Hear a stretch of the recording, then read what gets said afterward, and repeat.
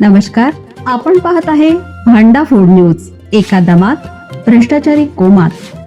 Social media, कर्जबाजारी, गुन्हेगारी, सट्टेबाजी, चोरी, मटका, जुगार, दारू, सावकारशाही, न्यायाच्या प्रतीक्षेत प्रशासन. भांडाफोड न्यूज. एका दमात भ्रष्टाचारी कोमात. भिवंडी सबजेलमधून पळालेल्या चोरट्यास कोल्हापुरात पेड्या.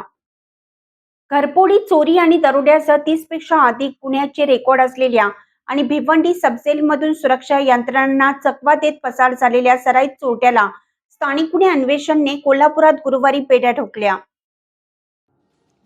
भोसले यांच्या विरुद्ध ठाणे, पालघरसह नवी मुंबई परिसरात घरफोडी, चोरी, दरोड्यासह अन्य गंभीर स्वरूपाच्या गुन्ह्याचे रेकॉर्ड असल्याचे पोलीस निरीक्षक सुशांत चव्हाण यांनी सांगितले. 15 फेब्रुवारी रोजी सायंकाळी संशयिताने भिवंडी सब जेलच्या बाथरूममधील लोखंडी अँगल उचकटून धूम ठोकली.